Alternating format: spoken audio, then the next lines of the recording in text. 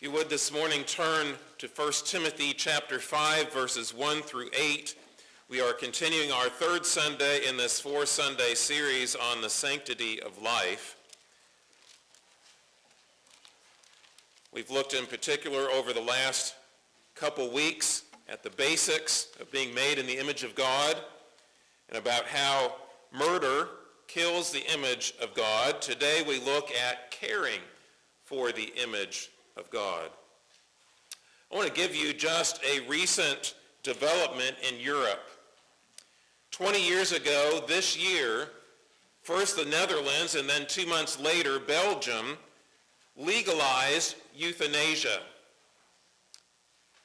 It was in essence, according to the Belgium style of euthanasia, in an article I've read covering this from the European Conservative, it says Belgium legalized euthanasia, quote, to offer an exceptional solution to patients suffering from a serious and incurable condition, causing them constant, unbearable suffering.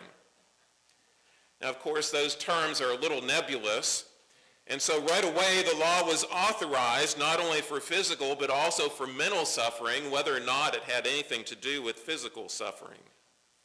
A few years later, in 2014, minors who were endowed with the capacity of discernment, whatever that means, were allowed to resort to euthanasia themselves.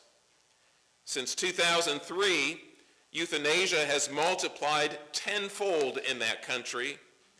Last year in Belgium, 1 in 40 deaths were resulting from euthanasia. 16% of those cases, death was not expected.